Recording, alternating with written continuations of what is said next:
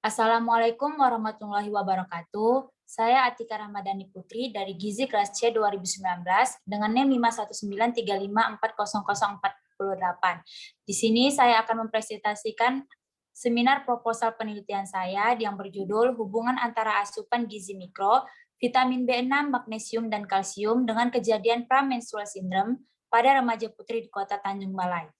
Langsung saja di bagian bab 1 yaitu pendahuluan.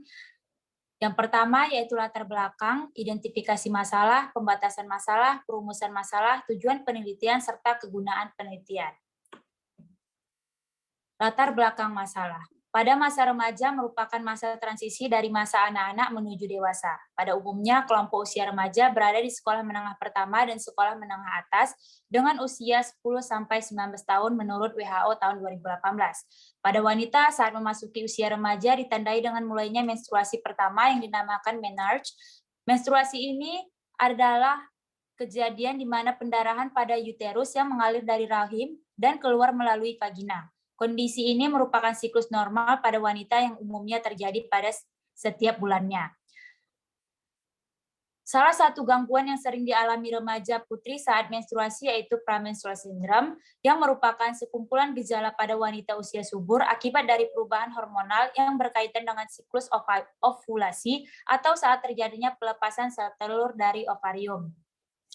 PMS ini disebabkan karena adanya ketidakseimbangan antara estrogen dan progesteron dalam fase luteal. Defisiensi pada luteal ini terutama pada mikronutrien, vitamin B6, magnesium, serta kalsium yang dapat menjadi pemicu dari terjadinya PMS. Yang kedua yaitu identifikasi masalah. Berdasarkan latar belakang di atas, maka permasalahan yang dapat diidentifikasi antara lain pengaruh PMS bagi remaja dalam aktivitas sehari-hari, pengaruh kecukupan asupan zat gizi mikro yaitu vitamin B6, magnesium, dan kalsium dengan kejadian premenstrual syndrome, serta pola makan remaja sebelum dan sesudah memasuki siklus menstruasi. Selanjutnya yaitu pembatasan masalah. Yang pertama, subjek yang diteliti adalah remaja dengan rentang usia 12-19 tahun. Variabel penelitian dianalisis yaitu asupan zat gizi mikro, vitamin B6, magnesium, serta kalsium yang berkaitan dengan kejadian premenstrual syndrome, serta teknik pengumpulan data yang digunakan yaitu wawancara serta kuesioner dengan menggunakan food recall dan juga food frequency questionnaire. Selanjutnya, pada rumusan masalah yang pertama, apakah ada hubungan asupan vitamin B6 dengan kejadian premenstrual syndrome? Yang kedua, apakah ada hubungan asupan magnesium dengan kejadian premenstrual syndrome? Serta yang ketiga, apakah ada hubungan asupan kalsium dengan kejadian premenstrual syndrome? Selanjutnya, adapun tujuan dari penelitian ini yaitu menganalisis hubungan asupan vitamin B6 dengan kejadian premenstrual syndrome, menganalisis hubungan asupan magnesium dengan kejadian premenstrual syndrome, serta juga menganalisis hubungan asupan kalsium dengan kejadian premenstrual syndrome. Selanjutnya, kegunaan penelitian. Bagi peneliti sendiri dapat memperdalam pengetahuan tentang hubungan asupan zat gizi mikro dengan premenstrual syndrome. Bagi remaja putri sebagai informasi tambahan untuk mengatur kecukupan asupan zat gizi mikro sehingga dapat meminimalkan gejala-gejala premenstrual syndrome serta sebagai panduan untuk melakukan perubahan pola makan yang sehat dengan gizi yang seimbang. Lanjut ke bab kedua yaitu kajian pustaka. Premenstrual syndrome adalah sekumpulan gejala yang tidak menyenangkan baik fisik maupun psikis, di mana ini dialami oleh perempuan menjelang masa haid, yaitu sekitar 1 atau 2 minggu sebelum haid, menurut American Congress of Obstetricians and Gynecologists tahun 2016.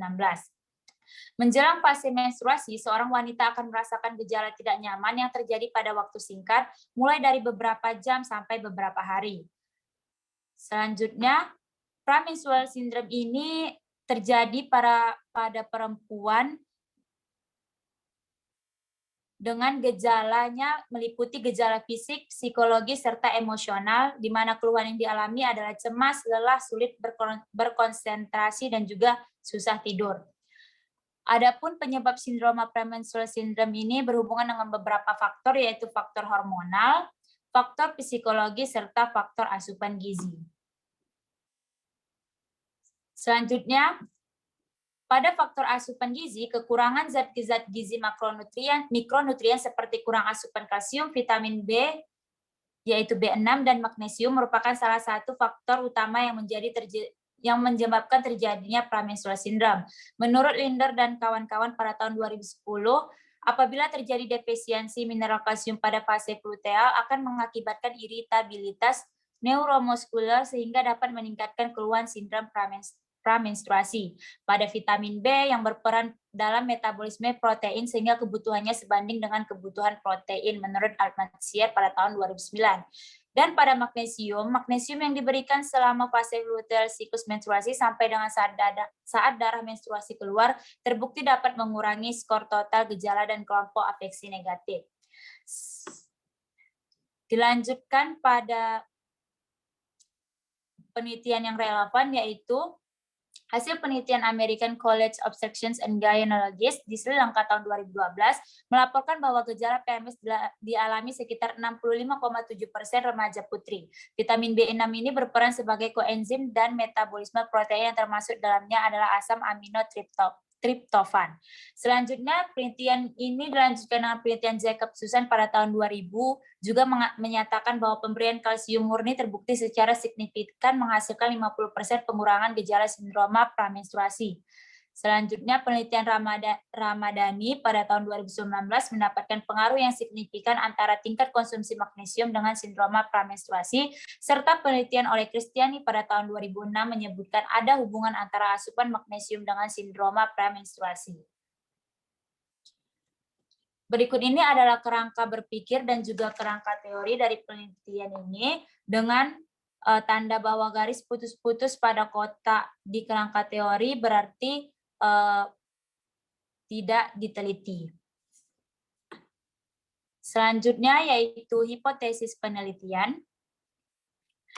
Yang pertama yaitu terdapat hubungan tingkat konsumsi makanan sumber vitamin B6 dengan kejadian premenstrual syndrome. Yang kedua terdapat hubungan tingkat konsumsi makanan sumber kalsium dengan kejadian premenstrual syndrome, serta terdapat hubungan tingkat konsumsi makanan sumber magnesium dengan kejadian premenstrual syndrome. Dilanjutkan dengan bab 3 yaitu metodologi penelitian. Yang pertama yaitu tempat dan waktu penelitian. Penelitian ini bertempat di Kota Tanjung Balai dan penelitian akan dilakukan pada bulan Agustus sampai dengan September pada tahun 2022. Selanjutnya populasi dan sampel penelitian. Sampel ini adalah bagian dari populasi di wilayah daerah Tanjung Balai sebagai objek penelitian dengan rentang usia 13-20 tahun yang memenuhi kriteria yang sudah mengalami menstruasi serta bersedia menjadi responden. Jumlah sampel ini dihitung dengan rumus Lemshow dengan persen kepercayaan diinginkan yaitu 90%. Maka didapati besar sampel minimalnya sebesar 96 orang. Selanjutnya, desain penelitian. Penelitian ini menggunakan jenis penelitian analitik observasional dengan menganalisis suatu hubungan antara konsumsi makanan dan status gigi serta kejadian premenstrual syndrome dengan menggunakan desain cross-seksional yang mempelajari tentang hubungan paparan dan penyakit dan pengambilan subjek dilakukan secara acak dengan dilakukan wawancara sesuai data yang akan disajikan. Definisi operasionalnya yaitu variabel penelitian, pola makan, dan asupan zat gizi mikro. Dengan pola makan adalah suatu indikator untuk menentukan kebiasaan makan, jenis bahan makanan, serta frekuensi makan. Data yang diperoleh melalui pengisian kuesioner dengan pengukuran food recall 24 jam. Selanjutnya yaitu instrumen dan teknik pengumpulan data. Teknik pengumpulan data dilakukan dengan wawancara, pengisian kuesioner food recall 24 jam, serta pengukuran antropometri. Sedangkan untuk instrumen pengumpulan data yaitu kuesioner food frequency kuesioner dan recall 24 jam. Adapun teknik analisis data yang digunakan yaitu analisis univariat dan bivariat, di mana analisis ini dilakukan untuk menyajikan data yang telah dikumpulkan yang bertujuan mendeskripsikan masing-masing variabel yang meliputi usia responden, status gizi, dan tingkat konsumsi makanan sumber vitamin B6, magnesium, serta kalsium yang berkaitan dengan kejadian premenstrual syndrome yang dinyatakan dengan tabel distribusi frekuensi. Sedangkan analisis bivariat ini untuk menganalisis ada tidaknya hubungan antara variabel independen dengan variabel dependen menggunakan uji chi-square. Adapun hipotesis statistik dari penelitian itu untuk hipotesis 0 yaitu tidak terdapat hubungan asupan gizi mikro dengan kejadian pramenstrual sindrom pada remaja putri di Kota Tanjung Balai. Dan untuk hipotesis alternatifnya adanya hubungan asupan zat gizi mikro dengan kejadian pramenstrual sindrom pada remaja putri di Kota Tanjung Balai. Berikut adalah daftar pustaka serta referensi yang saya gunakan dalam melakukan penelitian ini. Baiklah, sekian dari saya. Apabila ada pertanyaan dari teman-teman, saya persilahkan. Saya izin bertanya, Tika. Silakan kepada Atika Dewi. Tadi kan di bagian metode penelitiannya itu perhitungan sampelnya itu menggunakan rumus Lamshaw ya. Di sini kenapa alasan Atika memilih rumus Lamshaw? Terima kasih. Baik, terima kasih Atika Dewi. Izinkan saya menjawab. Jadi rumus Lamshaw ini adalah rumus yang digunakan untuk mengetahui jumlah sampel dengan populasi yang tidak diketahui, atau N itu sama dengan jumlah sampel yang dicari. Karena di sini saya memilih wilayah yang besar yaitu Kota Tanjung Balai, maka salah satu alasan penelitian menggunakan rumus ini karena populasi yang dituju terlalu besar dengan jumlah yang mungkin akan berubah-ubah. Seperti itu. Bagaimana Atika Dewi? Baik, terima kasih Atika. Baik, terima kasih kembali. Sekian dari saya. Apabila ada kekurangan dalam penyampaian materi, saya minta maaf. Wassalamualaikum warahmatullahi wabarakatuh.